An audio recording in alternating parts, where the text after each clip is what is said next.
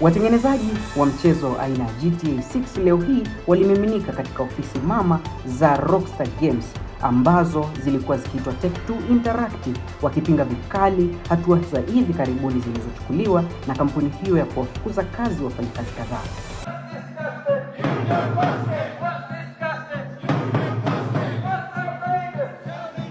Muungano wa wafanyakazi nchini Uingereza, Independent Workers Union of Great Britain IWGB, umetaja hatua ya Take-Two kama kitendo cha wazi zaidi ya kukandamiza nguvu ya vyama vya wafanyakazi katika historia ya sekta za michezo ya video.